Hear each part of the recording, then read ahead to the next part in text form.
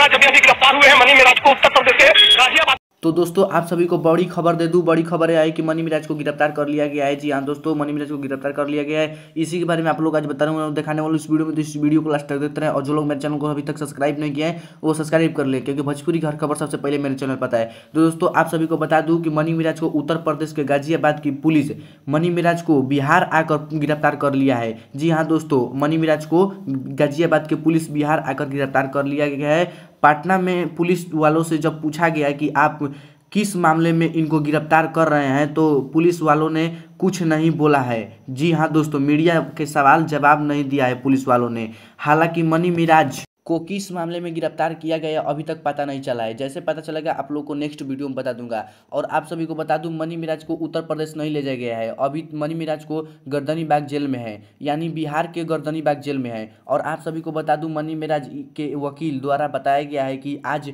10 बजे से पेशी होने वाला है। जो भी अपडेट आएगा आप सभी को दिया जाएगा। और मनी मिराज का वकील का ये भी आरोप है कि मनी मिराज को गलत तरीके से गिरफ्तार किया गया है, बिना वजह को गिरफ्तार किया गया है मनी मिराज को। और गाजियाबाद के पुलिस ने क्यों गिरफ्तार किया है मनी मिराज को, यही सब आज कोर्ट में बात होने वाला है मनी मिराज के बारे में। मनी मिराज और वनु द ग्रेट का मामला बताया जा रहा है कि 2022 का है, लेकिन 2025 में क्यों बताया गया है? यानी इस लड़की के साथ 2022 में कुछ हुआ था, उसी समय क्यों नहीं बताया गया? 2025 में इन्होंने क्यों बताया? हाँ दोस्तों, यही सब बात है। बाकी आगे भी अपडेट आएगा तो आप सभी को दिया जाएगा। और यह जल्दी जल्दी अपडेट दे रहा हूँ, क्योंकि यह सुबह सुबह अब मिला है। बाकी नेक्स्ट वीडियो आप सभी को बताएंगे। और दोस्तों वीडियो पसंद है तो वीडियो को ज़्यादा से ज़्यादा लाइक करिएगा, कमेंट करिएगा, शेयर करिए और सब्सक्राइब कर लीजिएगा। धन्यवाद दोस्तों।